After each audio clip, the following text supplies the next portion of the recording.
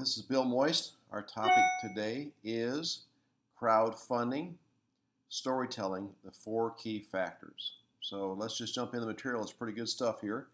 There's more and more evidence that suggests that the brain really can't distinguish between fact or fiction, especially if that story is told in a story, especially if that information is given in a story. And so, it's important that we tell our story, we tell what we're doing with our crowdfunding in a story format.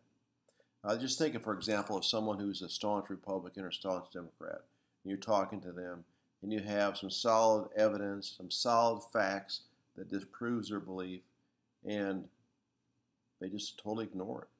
You think, was that person irrational? That person is totally irrational? No, they believed a story. So that tells us that our marketing needs to be told in a story format.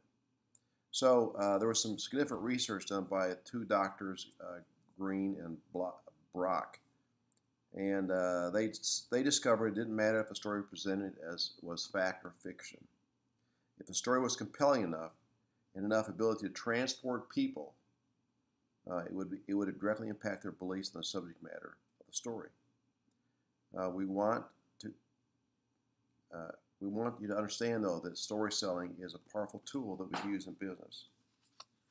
So people shut off their questioning in their brain when they are connected with a great story. They just believe it because they love the story, they're in the story, they're connected with the story. But stories is how we process reality. That's how we take complicated information and we break it down and we break it into a story.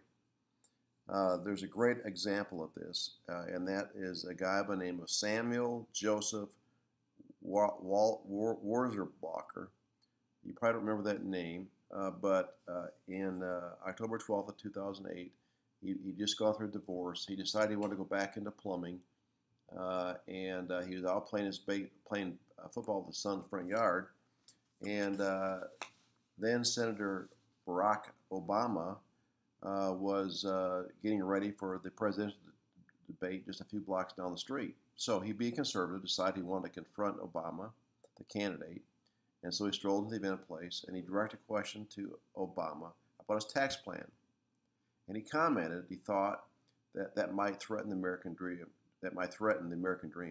And after that brief discussion, Obama wrapped up by saying, "I think when you spread the wealth around, it's good for everybody."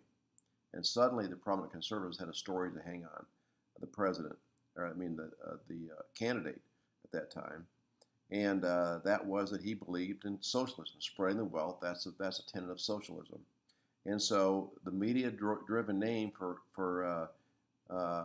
this man now was Joe the Plumber. Everyone remembers Joe the Plumber. What a great story! In 3 days, he was compelled in a national spotlight.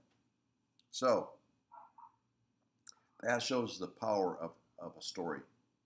So there's four key factors of storytelling that we just mentioned.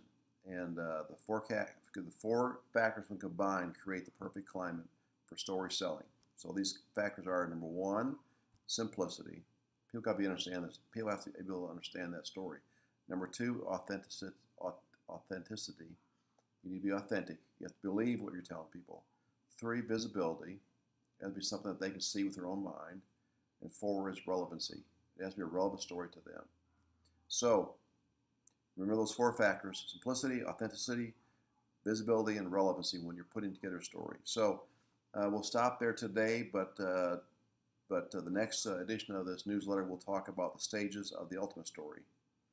And I think you'll find it to be quite interesting. So, there's 4 stages of the ultimate story, which is the hero story. So we'll talk about that next time.